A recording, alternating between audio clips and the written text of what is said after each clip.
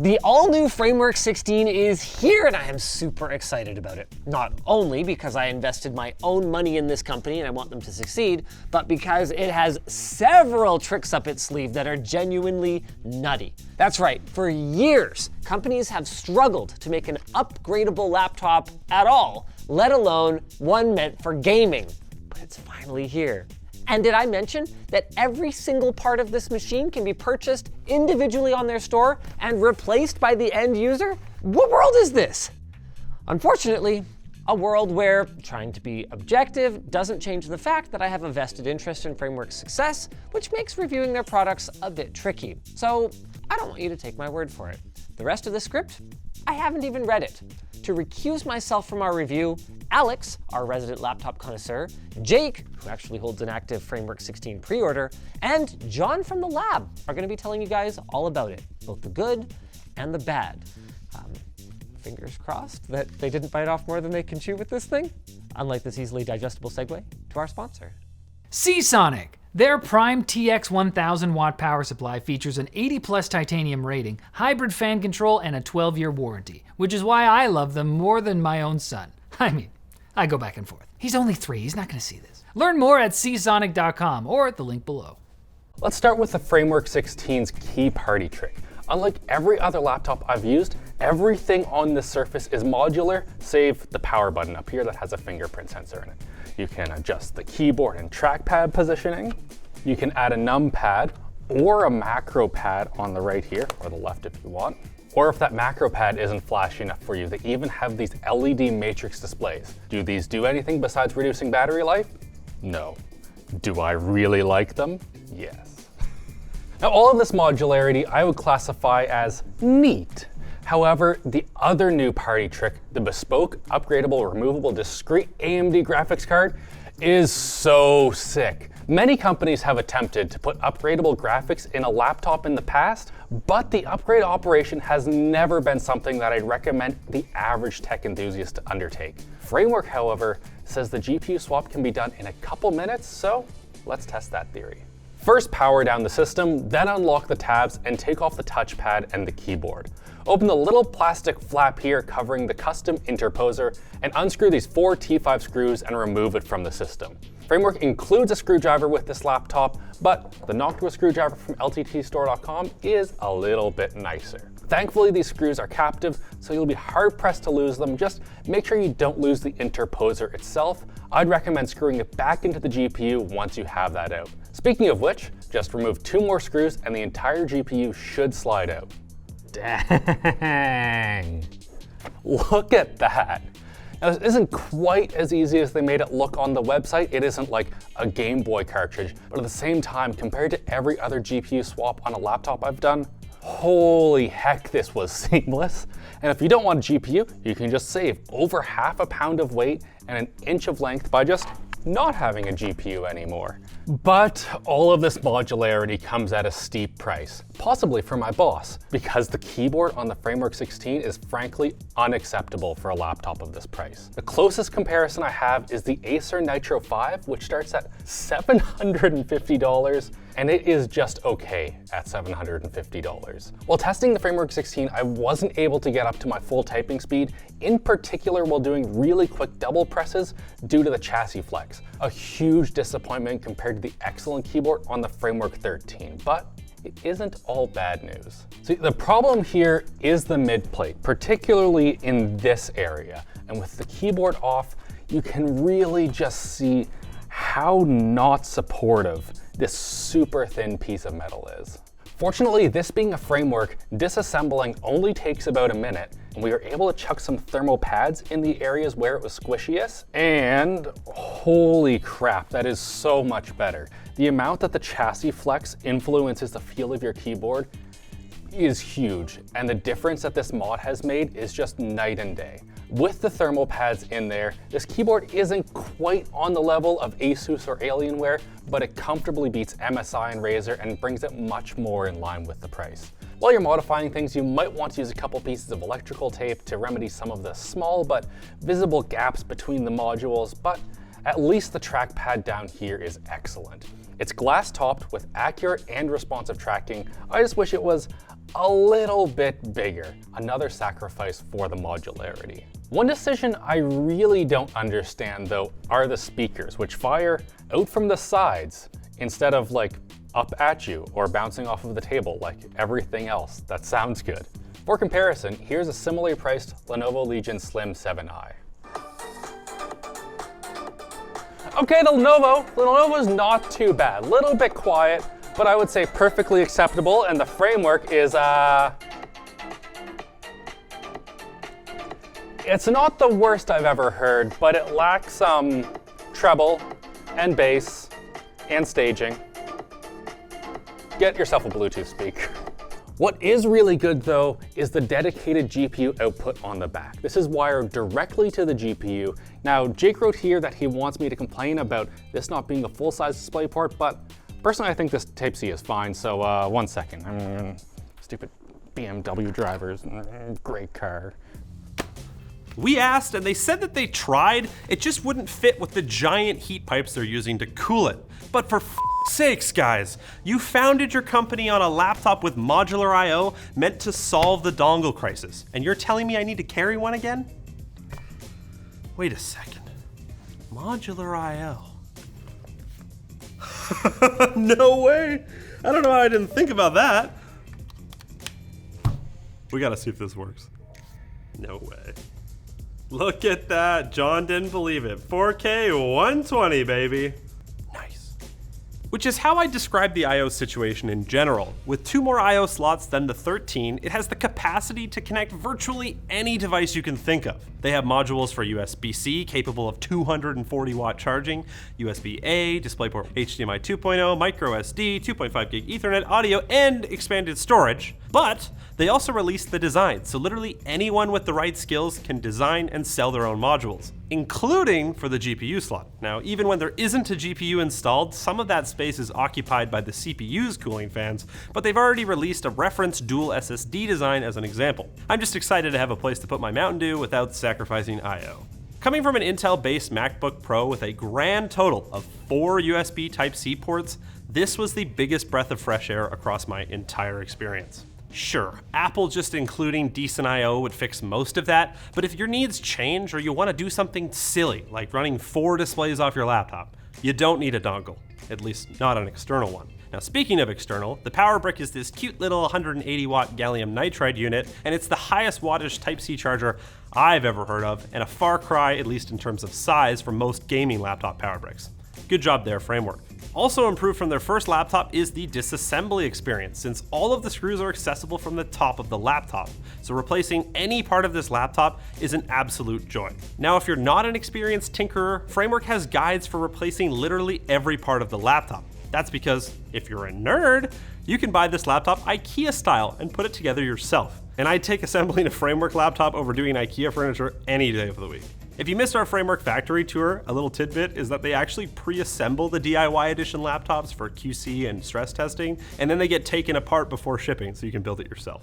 Don't believe it's that easy? Well, it took about this long to get the entire laptop to pieces. We've got the 85 watt-hour battery, Wi-Fi 6E module, a Radeon RX 7700S inside the GPU module, a Ryzen 78 or 7940HS powered mainboard, 2 DDR5 SODIMM slots, 2 Gen 4 M.2 slots, and if you're not happy with the configurations you can see on screen here, the DIY edition can be ordered in pretty much any config you want, or bare bones, and you can supply your own storage and RAM, which made picking laptops to benchmark against a little tricky. To see what you can get in a similarly priced and classed big name laptop, we opted for an Intel NVIDIA spec'd Lenovo Legion Slim 7i. And to make sure our Framework is performing as it should, an Asus TUF A16. It's cheaper, and it was supposed to be the same specs as the Framework 16. That was until they shipped the lower end model for the press unit.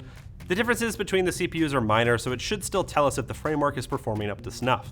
Despite those differences, every game is actually a pretty tight race. In Cyberpunk nearly maxed out at 1080p, the Intel-based Lenovo is slightly ahead in average FPS, with both itself and the AMD-based Asus model beating the framework by 1 frame in 1% lows. In F123, Intel's gap widens a bit, while the framework makes a modest showing in second place, surprisingly beating out the, on paper, faster Asus. To no one's surprise, in Total War Warhammer 3, the 4070 wins again, but our framework squeaks past the Asus again too?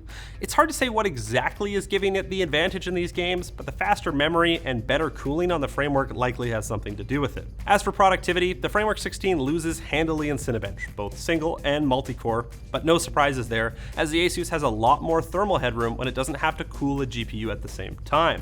In Blender, our Asus laptop crushes the framework across the board, despite the only real difference being a slightly higher base and boost clock, and the same can be said for video encoding with Handbrake and in media editing with Premiere and Photoshop. Overall, not a lot of surprises here. The faster CPU in the Asus shines in productivity, but we expect the higher end framework would yield the same result. As for gaming, yeah. It's not a great price to performance option, but it's not terrible either. It's just that if you want the most frames for your money, this isn't the laptop to buy. Also, you should probably just buy a desktop. But if you do buy one, or really any electronic you care about, you should protect it with a skin, and Dbrand sponsored this portion of the video so Linus could show you how. Being a relatively new company, not many third parties are making accessories for framework machines. But Dbrand sure is, and they're gonna be ready for launch day. They sent over 2, so I guess I get to pick whichever one would be easier for Casetify to rip off. Allegedly. Oh, they're both the same. My notes say, look how accurate these internals are. No wonder they got so pissed they got ripped off, but I actually haven't had this thing open yet, so maybe? Probably. While I completely ignore Dbrand's explicit instructions for how to do this and make up my own method, always check their site and make sure that you do it the right way. What am I supposed to be saying though?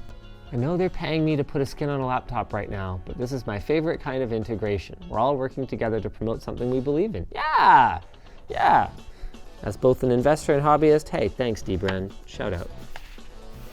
So I think I've got it pretty decently lined up right now. There's no way this battery is made in Canada. That's gotta be an Easter egg.